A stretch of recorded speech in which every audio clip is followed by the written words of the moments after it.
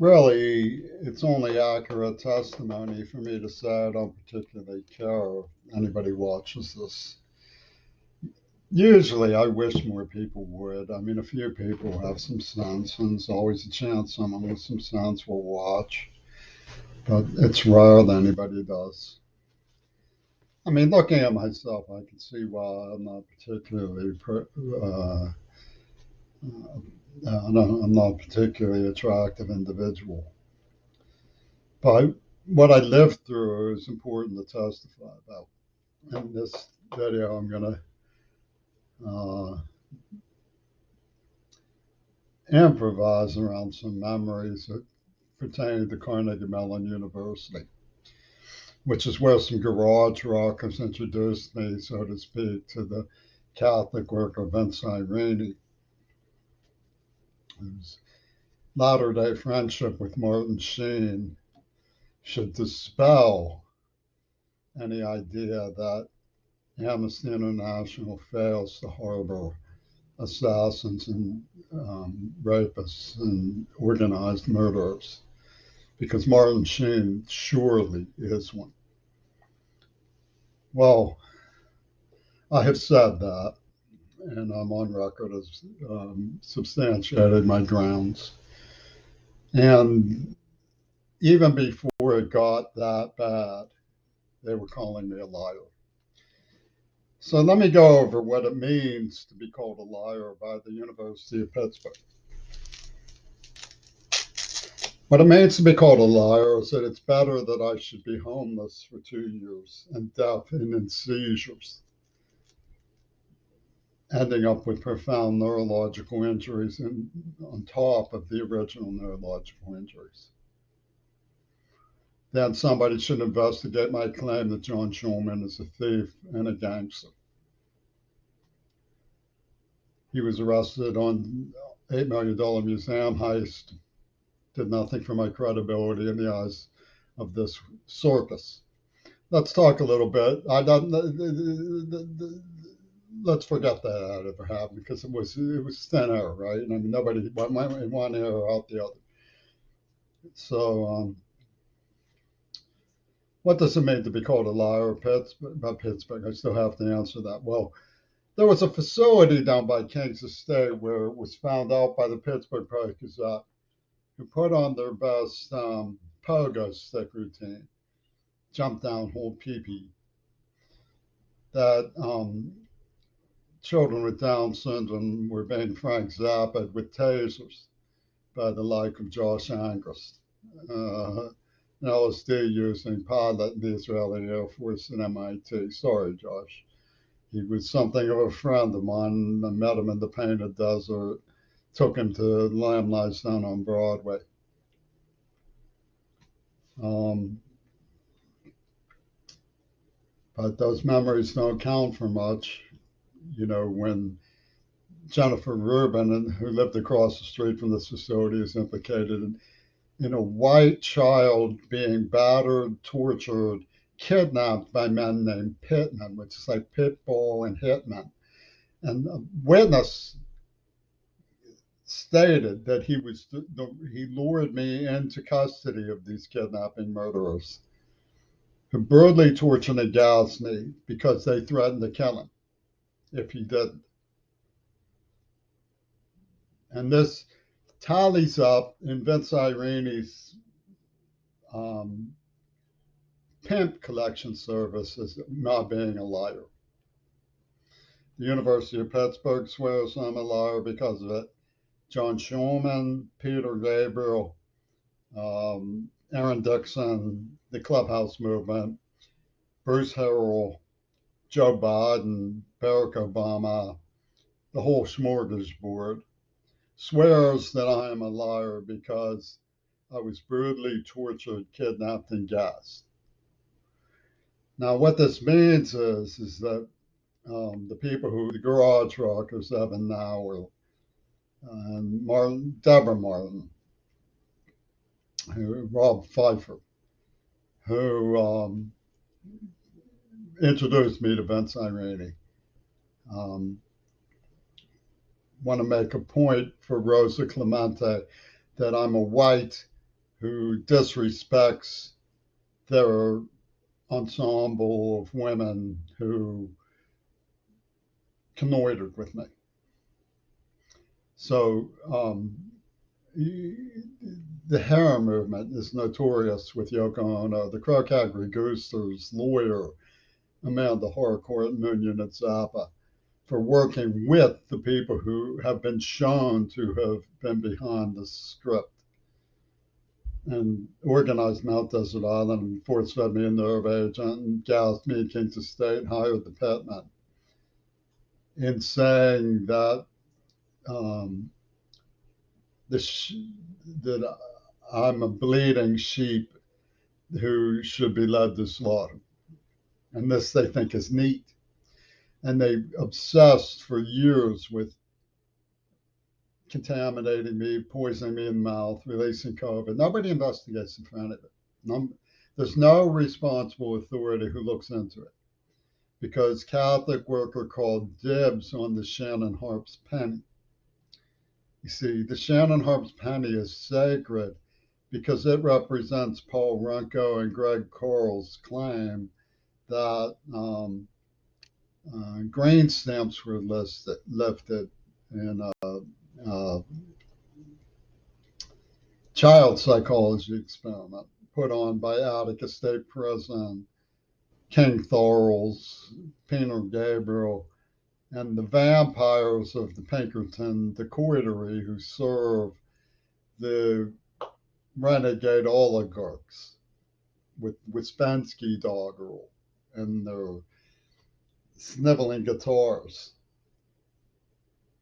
So, grain stamps or green money. And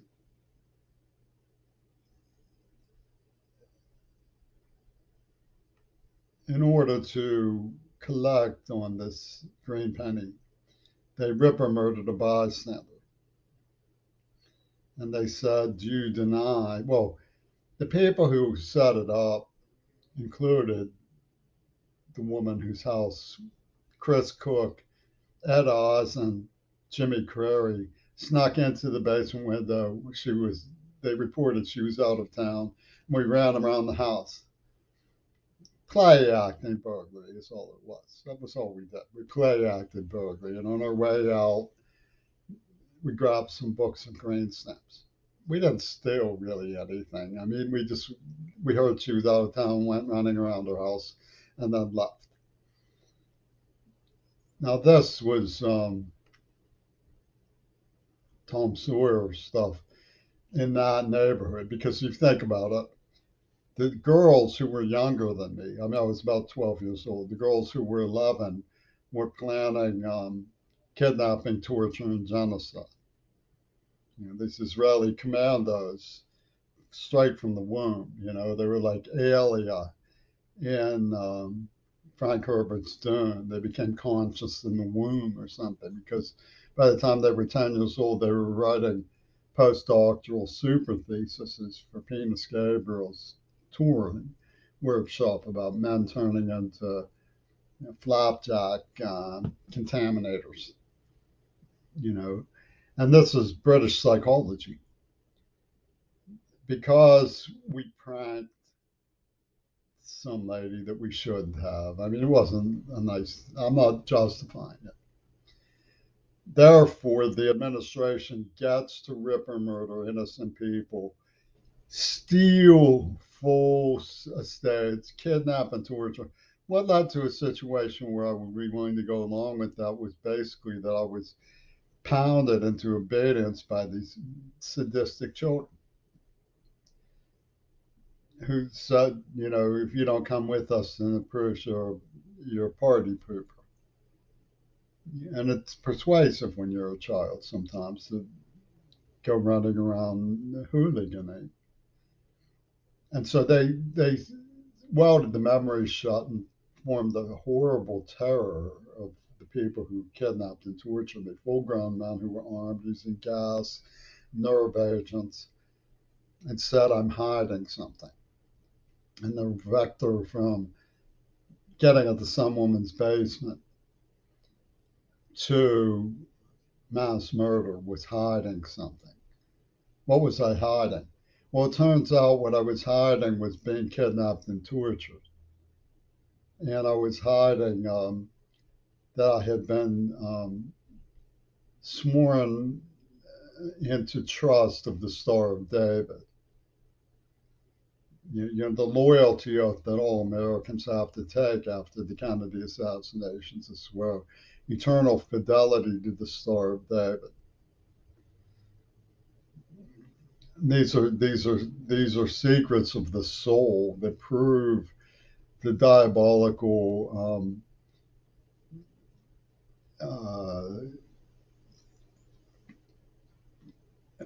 extreme programming of someone who was sensitive enough not to like napalm bombings of the forests of Vietnam and the people of Vietnam, the strafing of villages and so on.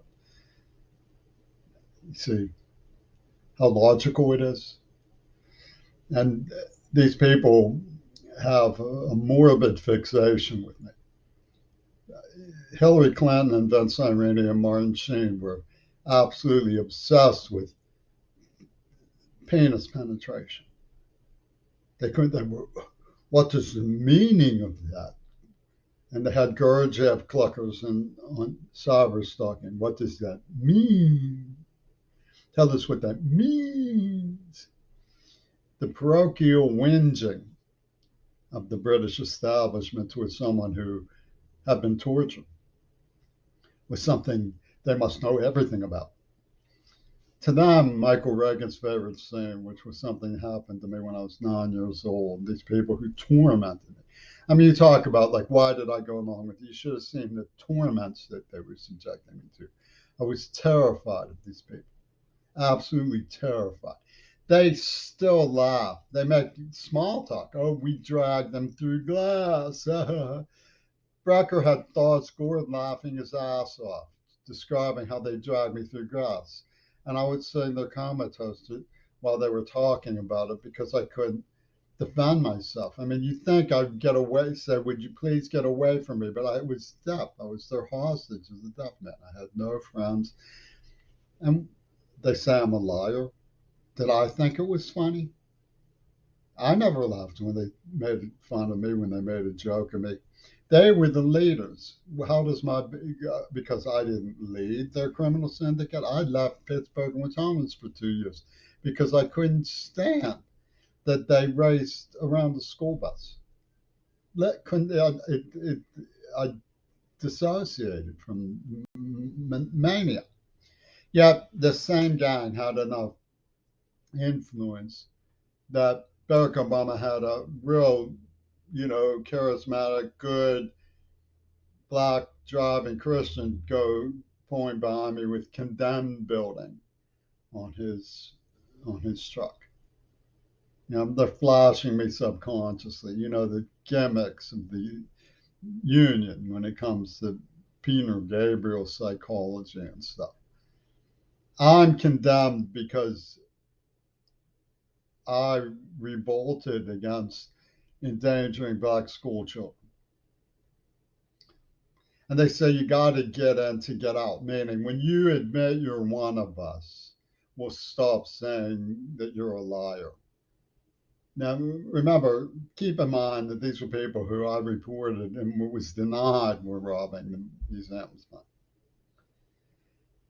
who lured me into the custody of hitmen called pitmen, who brutally tortured, kidnapped, and were behind the trauma and seizures that led me to be screaming and screaming in Iowa, which of course they said was proof of sexual trespass. And they chemically castrated me and raped my deaf advocate and did all of these other nice things that women do to other women or get done to other women. When Yoko Ono and her pornography chaos is crossed the picket line of their advocacy for the people behind the torture and criminal custody. Therefore, you're a liar. You see, and lured into the custody of this guy by someone who said the reason I tricked you into being vulnerable to where they could kidnap you and gas you is because they threatened to kill me. So someone they threatened to kill lured somebody who they wanted to kill and tried to kill into a situation where they were tortured. And this didn't happen because Vince, Irene, and Martin Sheen say if you deny you were one of them, you are a liar. And this makes sense to the mind of Pittsburgh, Pennsylvania. They fall down prostrate before the sacrificial monument in Fernhollow Bridge. And it's the nature of reality. And the spirits of the Vespers go up from Mellon Bank, swirling in the midst of Penis Gabriel's conjurings to Martin Ordenberg and Munion et Zappa. Amen. And Zonkaloo to the Fernhollow Bridge Shrine. Makes perfect sense to them. That makes perfect sense to them tonight. Another perfectly innocent person in a bloodletting of Aztec psychology for UW Dialectical and the fossil fuel industry. And mind you, fossil fuel industry is very politically correct. When they tell you to mind your manners and don't say global warming, say climate change. You, sir, yes, sir, if you know what's good for you. Because the coal pitmen, the quarrymen, are going to get you if you don't admit you love them. Don't you love them? Wouldn't you rather love them? Wouldn't you rather not be thrown into the pit of hell by them? Yes.